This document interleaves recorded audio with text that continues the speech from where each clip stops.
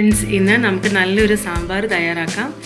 കേരള സ്റ്റൈലിലുള്ള ഒരു സദ്യ സാമ്പാറാണ് തയ്യാറാക്കുന്നത്. അപ്പോൾ അതെങ്ങനെയാണ് ചെയ്യുന്നതെന്ന് നോക്കി വന്നാലോ.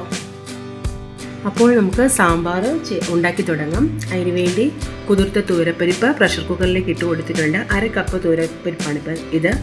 അതിലേക്ക് 2 പച്ചമുളക് സ്ലിറ്റ് ചെയ്തത്, ഒരു 7-8 ചുവന്നുള്ളി, അത് മുഴുവത്തോടെയാണ്. ഇനി ഇതിലേക്ക് ചേർത്ത് കൊടുക്കുന്നത് 1/2 ടീസ്പൂൺ അളവിൽ മഞ്ഞൾ പൊടിയാണ്. ഇനി കുറച്ച് ഉപ്പ് ചേർത്ത് കൊടുക്കാം. ഇനി ഇതിലേക്ക് കുറച്ച് വെള്ളവും ചേർത്ത് നമുക്ക് ഇത് ഒരു 2 വിസിലിൽ കുക്ക് ചെയ്തെടുക്കാം. അപ്പോൾ ഇതിൻ്റെ 2 വിസിലടിച്ചപ്പോഴത്തേനും നമ്മുടെ പരിപ്പൊക്കെ നന്നായിട്ട് വെന്ത് വന്നിട്ടുണ്ട്. അപ്പോൾ നമുക്ക് ഈ പരിപ്പ് ചെറുതായിട്ടൊന്ന് ഉടച്ചു കൊടുക്കാം.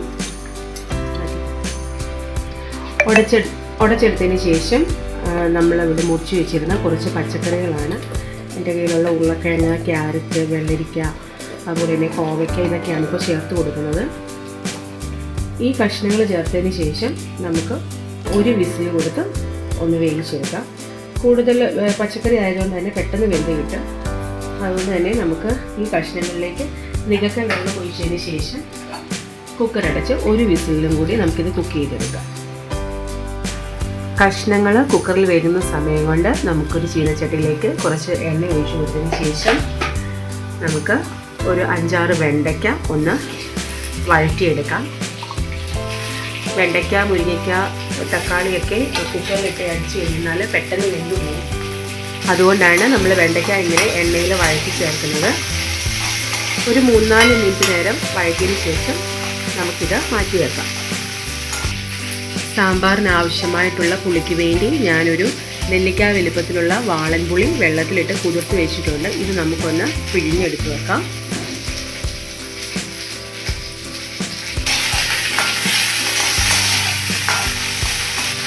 ഇപ്പോൾ ഒരു 3 മിനിറ്റോളം നമ്മൾ വെണ്ടയ്ക്ക വഴറ്റി കൊടുത്തിട്ടുണ്ട്. ഇത്രയും മതി. നമുക്കിനി ഇതിവിടെ ഫ്ലെയിം ഓഫ് ചെയ്ത് മാറ്റി വെക്കാം.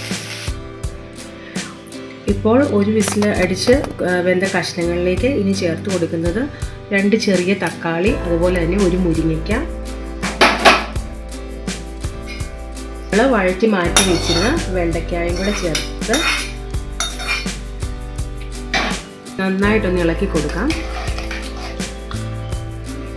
ഈ സാമ്പാറിന് ആവശ്യമായ 3 ടേബിൾ സ്പൂൺ സാമ്പാർ പൊടി, അതുപോലെ തന്നെ 1 ടീസ്പൂൺ മല്ലിപ്പൊടി, 1 ടീസ്പൂൺ മുളക് പൊടി, ഇത്രയും പൊടികൾ നമുക്ക് ഈ സമയം ഒന്ന് ഇളക്കി യോജിപ്പിച്ചതിന് ശേഷം നമുക്ക് ഈ സാമ്പാറിലേക്ക് ഇട്ട് കൊടുക്കാം.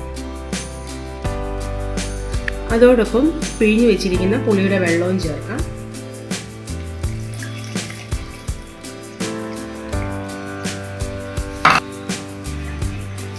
ഇപ്പോൾ ഇത് നല്ല കുറുകിയ കൺസിസ്റ്റൻസിയിലാണ് ഇരിക്കുന്നത്. അപ്പോൾ നമുക്കിതിലേക്ക് കുറച്ച് വെള്ളം ചേർത്ത് കൊടുക്കാം.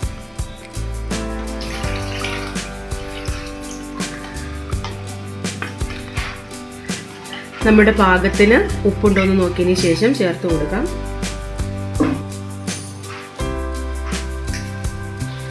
ഇനി നമുക്ക് ഒരു 5 മിനിറ്റ് നന്നായിട്ടൊന്ന് തിളപ്പിച്ചെടുക്കാം.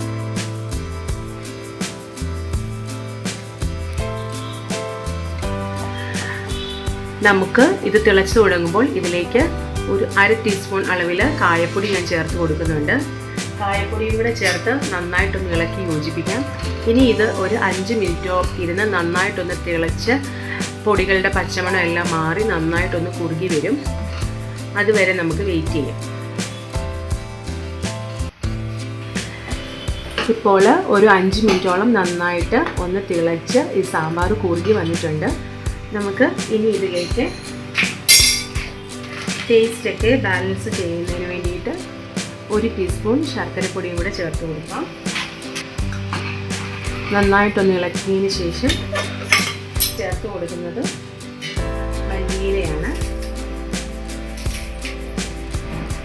കുറച്ച് മല്ലിയിലയും ചേർത്തതിന് ശേഷം നമുക്ക് ഇതൊന്ന് ഫ്ലെയിം ഓഫ് ചെയ്ത് വെക്കാം. ഇനി ഇതിലേക്കൊന്ന് താളിച്ചൊഴിച്ചു കൊടുക്കാം. ചൂടായ പാനിലേക്ക് ഒരു 2 ടേബിൾ സ്പൂൺ അളവിൽ ഓയിൽ ഒഴിച്ചു കൊടുക്കാം.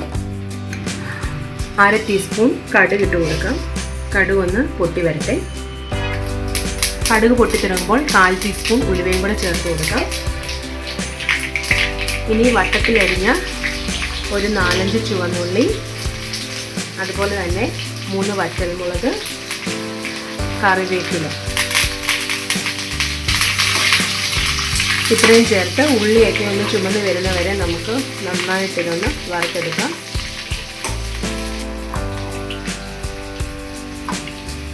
ഇപ്പോൾ ചുവന്നുള്ളിയും കറിവേപ്പിലയൊക്കെ നന്നായിട്ട് മൂത്ത് വന്നിട്ടുണ്ട്. നമുക്കിനി ഇത് സാമ്പാറിലേക്ക് ചേർത്ത് കൊടുക്കാം.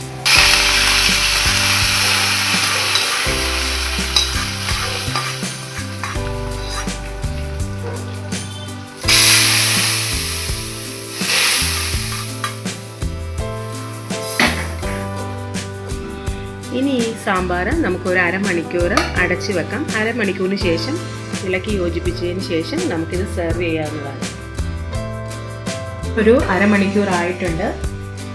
നമുക്ക് നമ്മുടെ സാമ്പാർ തുറന്ന് നോക്കാം.